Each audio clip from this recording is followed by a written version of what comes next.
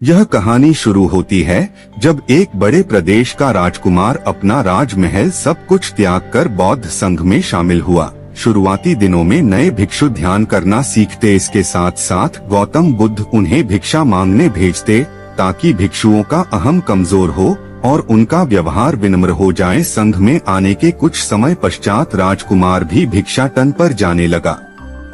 शुरू में सब ठीक था, लेकिन कुछ ही दिनों में घटना घटी जिस कारण राजकुमार विचलित हो गया और उसने भिक्षाटन पर जाने से मना कर दिया। भिक्षाटन का नियम था कि भिक्षु केवल 2 घरों में भिक्षा मांगते और नहीं मिलती तो आश्रम वापस आकर जल ग्रहण करते।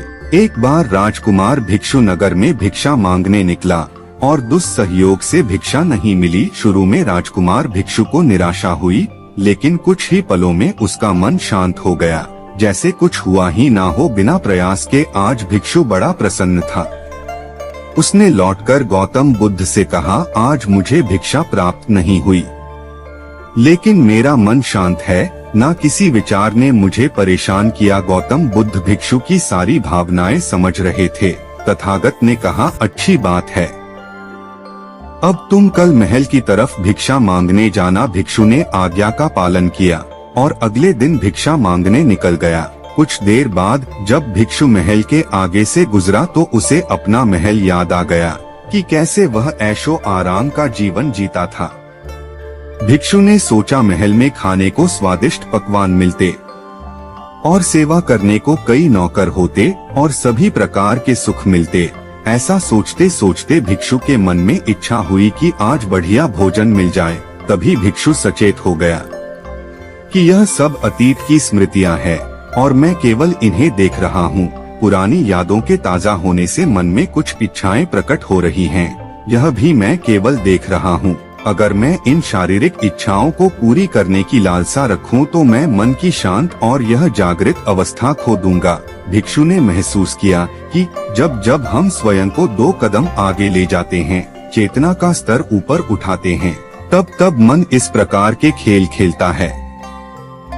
जब हम मन को शांत करने लगते हैं तब मन हमें बेचैन करने की पूरी कोशिश करता है। भिक्षु यह सोचकर बहुत खुश हुआ क्योंकि आज उसने आत्मचिंतन से मन के बारे में गहरी समझ और सूक्ष्म दृष्टि प्राप्त कर ली। भिक्षु ने आश्रम आकर गौतम बुद्ध को सारी बात बताई और कहा, तथागत, आज मुझे आपकी कृपा से सूक्ष्म दृष्टि प्राप्त हुई। मन हमें बार बार इच्छाओं में उलझाना चाहता है। महल को देखकर मुझे भी पुराने सुखों का स्मरण हो आया, लेकिन आज भी विचार मुझे छू नहीं पाए। गौतम बुद्ध ने कहा, अच्छी बात है, कल नगर की दक्षिण दिशा में जाना, वहाँ एक हवेली है, वहाँ मन और विचारों पर उपदेश देकर आना। भिक्षु बहुत खुश हुआ। आज वो जल्दी जल्दी चल रहा था क्योंकि वो उपदेश देने जा रहा था। पर दोस्तों, इस बार की यात्रा भिक्षु पर भारी पड़ने वाली थी। कुछ ही देर में भिक्षु हवेली पहुंचा और भिक्षा के लिए आवाज लगाई। आवाज सुनकर एक सुंदर युवती बाहर आई। भिक्षु ने सोचा कि इस युवती की सुंदरता को देखकर मेरे मन में कोई विचार नहीं आना चाहिए, क्योंकि मेरा यहाँ आने का प्रयोजन तो इसको उपदेश देना है। युवती ने भिक्षु को प्रणाम किया और कहा, आइए पहले भोजन ग्रहण कीजिए। भिक्षु ने भोजन किया, फिर सोचा कि उपदेश देने से पहले थोड़ा आराम कर लेता तो अच्छा होता। भिक्षु यह सब सोच ही रहा था। इसी बीच युवती ने कहा, श्रीमान, आपने अभी अभी अन्न ग्रहण किया है, अब थोड़ा आराम कर लीजिए, फिर उपदेश शुरू करना। यह सुनते ही भिक्षु सतर्क हो गया। जो योजना वह मन में बना रहा था, यह महिला वह सब बिन बताए करती जा रही थी। भिक्षु ने सोचा, यह सब संयोग है, यहाँ लोग भोजन के बाद आराम करते होंगे। फिर भिक्षु आराम करने लेट गया और विचार करने लगा कि महिला कितनी समझदार है और इसकी सुंदरता बेजोड़ है। अगर मैं राजकुमार होता तो ऐसी ही स्त्री के साथ विवाह करता। भिक्षु के मन में ऐसे ही कुछ विचार चल रहे थे। इतने में युवती फिर से आई और बोली, अगर आप राजकुमार होते तो मुझे उपदेश कैसे रते? भिक्षु जी, आप तो मुझे उपदेश देने आए थे ना।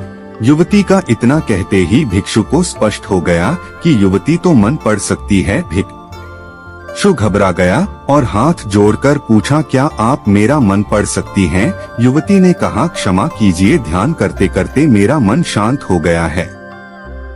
इसलिए बड़ी आसानी से मुझे दूसरों के विचार अपने आप महसूस हो जाते हैं, उनकी भावनाएं समझ आ जाती हैं। जब भिक्षु ने सुना तो उसके पैरों तले जमीन सरक गई। फिर बिना कुछ बोले भिक्षु तत्काल आश्रम की ओर चल पड़ा। रास्ते में चलते हुए भिक्षु का दिमाग फटा जा रहा था, उसकी बेचैनी बढ़ गई थी। भिक्षु खुद को कोसने लगा कि मेरे मन में युवती के लिए ऐसे विचार क्यों आ रहे थे। उसने मेरे बारे में क्या सोचा होगा। अगर यह बात लोगों को पता चलेगी तो लोग भिक्षुओं और संघ के बारे में क्या सोचेंगे। आज भिक्षु बहुत लज्जत महसूस कर रहा था और वह थोड़ी ही देर में आश्रम पहुंच गया। जब भिक्षु गौतम बुद्ध के सामने पहुंचा तो तथागत ने देखा कि उसके चेहरे की रौनक जा चुकी है, दोनों कंधे झुके हुए थे। भिक्षु ने बुद्ध से कहा, अब मैं कभी भिक्षा के लिए नहीं जाऊंगा। तथागत ने कहा, पहले आराम से बैठो, फिर मुझे बताओ कि तुम्हारी चाल में इतनी थकान क्यों है। आज तुम्हारे चेहरे पर तेज की जगह गलानी की भावना क्यों है। भिक्षु ने सारी बात बताई और कहा, मैं सब कुछ जानते हुए भी महिला की सुंदरता के बारे में और अन्य चीजों के बारे में सोच रहा था। मैं मन से पूरी तरह हार गया। अब मैं कभी उस दिशा में नहीं जा पाऊंगा। मैंने बौद्ध संघ का भारी अपमान किया है। गौतम बुद्ध ने कहा, सबसे पहली बात, परेशानी को बढ़ा चढ़ाकर मत सोचो। अगर कुछ बुरा हो जाए तो एकदम से यह मत सोचो कि सब खत्म हो गया। बिना सोचे निष्कर्ष पर मत जाओ। दूसरी बात, ध्यान दो कि कहीं तुम नकारात्मक विचारों के साथ अतिशयोक्ति करने वाले शब्दों का प्रयोग तो नहीं कर रहे, जैसे मैं हमेशा हारता हूँ, जीवन में कुछ नहीं बचा, मैं मन से पूरी तरह हार गया, मेरे साथ कोई नहीं है। क्योंकि ऐसा करने से मन अति भावुक और विचलित हो जाता है और नकारात्मक विचारों के चक्र में फंसा रहता है। तथागत के शब्दों से राजकुमार भिक्षु के मन को सांत्वना मिली। भिक्षु ने पूछा, अगर मैंने अपने मन को जीत लिया था तो फिर मन ने मुझे परेशान क्यों किया। गौतम बुद्ध ने कहा, सबसे पहले यह समझो कि विचार पैदा कैसे होते हैं। पहले बाहर कुछ हुआ, फिर उस घटना के प्रति अंतर्मन ने प्रतिक्रिया की, इस कारण शरीर में भावना या सनसनी पैदा हुई। फिर इस सेंसेशन या फीलिंग के प्रति तुम्हारे सचेत मन ने यानी कॉन्शियस माइंड ने प्रतिक्रिया की। इस आखिरी स्टेप को हम विचार कहते हैं। भिक्षु ने पूछा, हमको परेशान करने की विचारों में इतनी शक्ति आती कहाँ से है। गौतम बुद्ध कहते हैं कि हम खुद विचारों को यह शक्ति प्रदान करते हैं। जब आप जजमेंट और सही गलत के टैग लगाकर विचारों को देखते हो तो उनके प्रति रिएक्ट करने लगते हो। एक विचार के साथ अन्य विचार भी सोचने लगते हो। जब तक आप खुद को जज करोगे तब तक मन आपको नीचा दिखाकर हावी होता रहेगा। भिक्षु ने पूछा, फिर मन शांत कैसे होगा। गौतम बुद्ध ने कहा, अगर विचार है तो शरीर में भावना भी महसूस हो रही है, क्योंकि हर विचार भावना के साथ प्रकट होता है। अगर आप अश्लील विचार महसूस कर रहे हो तो इसका मतलब है कि शरीर में एक भावना यानी सेंसेशंस भी महसूस हो रहे हैं और फिर आप उसके बारे में सोच रहे हो या रिएक्ट कर रहे हो और इसी बात में मन को शांत करने का तरीका छपा है। और फिर आप उसके बारे में सोच रहे हो या रिएक्ट कर रहे हो और इसी बात में मन को शांत करने का तरीका छपा है। हर विचार को देखना कठिन है क्योंकि विचारों का वेग तेज है, लेकिन शरीर में महसूस हो रही भावना यानी सेंसेशंस को देखना आसान है, क्योंकि यह देर तक बनी रहती हैं। अगर इन्हें बिना जजमेंट के सही गलत का मतलब लगाए सिर्फ देखा जाए तो यह गायब भी हो जाती हैं। तब मन के पीछे जो शांति है वो प्रकट होती है और उस शांति में एहसास होता है कि मन हमारा कुछ नहीं बिगाड़ सकता। हमारा अंतर्मन कैसे ठीक होता है नॉन जजमेंट से। अगर हम किसी भी इंसान या घटना या फिर अपने मन को बिना जजमेंट के देखते हैं तो मन के साथ साथ अंतर्मन अपने आप स्वस्थ और शांत होने लगता है। अगर तुमने मात्र यह देखा होता कि इस औरत के प्रति विचार केवल मेरे अंतर्मन के रिएक्शन के कारण है और यह मैं केवल देख रहा हूँ, मन में बहुत कुछ चल रहा है लेकिन मैं सांस के प्रति सचेत हूँ, मैं शरीर में होने वाली प्रतिक्रिया को देख रहा हूँ, तब भी तुम सचेत होकर दृष्टा भाव में लौट आते। मन के पीछे जो शांति है वह हमारी सबसे बड़ी ताकत है। हम बड़ी आसानी से विचारों को शांत कर सकते हैं और एक दिन यह जान सकते हैं कि किसी भी प्रकार का विचार चिंता असल में इस शांति को पार नहीं कर सकता। हम हमेशा विचारों से अछूते हैं।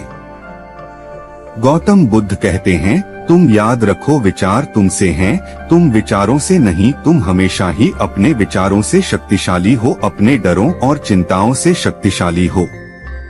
अब तुम अगले 7 दिन युवती के घर भिक्षा मांगने जाओगे और ध्यान रखना अपने विचारों को जज मत करना। अच्छे बुरे विचार केवल तुम्हारा द्वार खटखटाते हैं। तुम केवल इतना याद रखना कि तुम वह शांति हो जिसमें सब प्रकट हो रहा है। अगले दिन भिक्षु पूरे मार्ग जागृत होकर चला। महिला के घर जाने से पहले थोड़ी घबराहट हुई, लेकिन भिक्षु दृष्टा भाव में बना रहा। विचारों को, शरीर में उठ रही भावनाओं को, डरों को, गिल्ट को, सबको बस देखता रहा। जब वापस लौटा तो वह पूरी तरह शांत था। आज उसने मैंने मन को जीत लिया है, यह अहंकार भी नहीं था। आज उसने सही मायनों में मन को पार कर लिया था। दोस्तों, आप सभी को ये वीडियो कैसी लगी कमेंट में जरूर बताना और चैनल को सब्सक्राइब कर देना। मिलते हैं अगली वीडियो में।